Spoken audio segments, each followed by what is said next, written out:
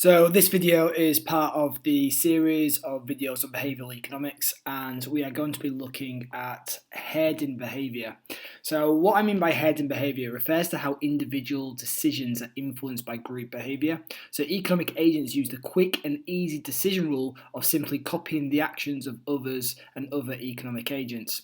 Now again, this can be a mode of decision making based on heuristics, where you're trying to find shortcuts in deciding or making that decision.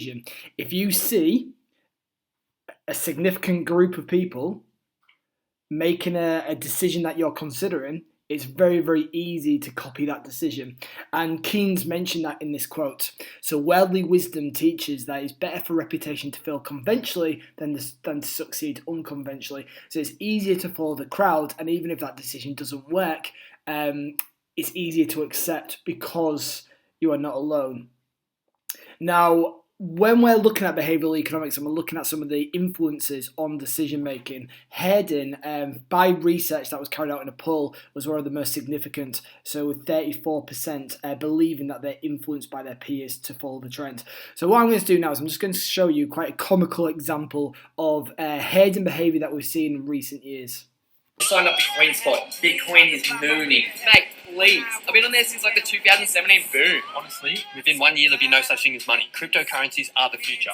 Anyone know if this thing takes Bitcoin? I'm telling you, I've got a mate that has a little brother. His cousin reads the charts. He reckons it's going to go up. Invest now, thank me later. I actually knew Elon Musk was going to buy into Bitcoin. Can one of you just explain what cryptocurrency even is? It's the I know a guy that has a cousin, that has an uncle, that has a friend that says this coin is about to go off. Went and saw a psychic yesterday. She said Ripple's about to move. Man, if only we knew what the next crypto blow. So as you can see from the video, obviously it's a bit of a spoof of the Bitcoin situation, but we have seen this herding behaviour with Bitcoin. We've seen it at multiple times throughout Bitcoin's existence, and we could definitely describe it as a bubble. When more and more people start to copy the behaviour of others, it obviously accelerates, and we get that bubble which is bound to burst. Now with Bitcoin, it has burst, but then it's grown again, and you could argue is the bubble bursting yet again. But we've also seen it with, for example, the housing market as well. What is sometimes an issue with herding is obviously people who are following the actions of others. They are trusting the action of others, but yet they are not aware of why others are acting in such a way because they are lacking that information, and there is often imperfect information within herding. So when we think about the housing market, for example, there's worries again that the housing market might be in some form of a bubble, similar to that of the financial crisis. Now, there could be reasons for that. That could be fiscal policy with regards to the stamp duty holiday in the UK and other types of policies across the pond in, for example, America. But one of the biggest worries of this is how producers and how investors can also try to maybe manipulate others to join them in this type of behavior. So if we're thinking about why it might cause market failure, and I'm going to show you a video of this soon, but it does not allow the free market to accurately price values of investments, and hence enable rational investors to make accurate predictions, discrediting its utilitarian premise. So it distorts the market, and it's really, really difficult then to be able to evaluate and assess the information as to whether a decision should be made or not. Now, with regards to the housing market, we had a situation where obviously everybody wanted to get involved within the housing market. They saw the prices of housing going up, and they saw it as a solid investment which would only bring a positive and healthy return. But unfortunately, they lacked the information as to what they were actually invested in. And what we had was examples of moral hazard and systematic risk, where perhaps mortgage brokers were not providing information to customers with regards to that investment in housing. Perhaps they were allowing them, and this was talking about the financial crisis, where they were allowing them to get into these types of investments, get these mortgages, but actually they might not have had the credit history to do so. They might not have had an adequate and consistent income to do so, and really they should have been provided with that information to suggest it's too much of a risk.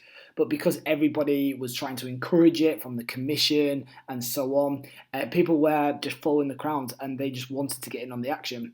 Now, the issue with that And maybe not as much with Bitcoin, but definitely with the housing market, we see systematic risk. And that's the vulnerability to events which affect aggregate outcomes. So in other words, because there was so many different economic agents involved within the housing market, and there were so many different countries involved, especially with interbank lending and so on, what we saw is if one financial institute were to become, for example, insolvent because of the risky investments that they had made, then it was going to have a knock-on effect on the whole market. And we saw that with, for example, Lehman Brothers and so on. So what I'm going to do now is I'm just going to show you a very, very quick video just on the current housing market and as to whether there could be a bubble and again, how it might relate to a head in behavior. Things are getting more expensive if you're trying to buy a house, and it's 10 consecutive months of accelerating prices. Let's bring in Nobel Prize-winning economist, Professor Robert Shiller. He is professor at Yale University. It's good to have you here. And I just want to start generically, because is this different, this kind of acceleration that we're witnessing, than what we saw in the buildup to the financial collapse of 2008? Should we be worried, and are you? Yeah, I've been saying I think one should be a little worried. This it looks like 2003 again. You can see it in this chart. It kept going up. You know, this is not a market that collapses overnight. It's less short-run volatile than the stock market. But you can see that we're seeing price increases now that haven't quite been realized since those years just before the financial crisis.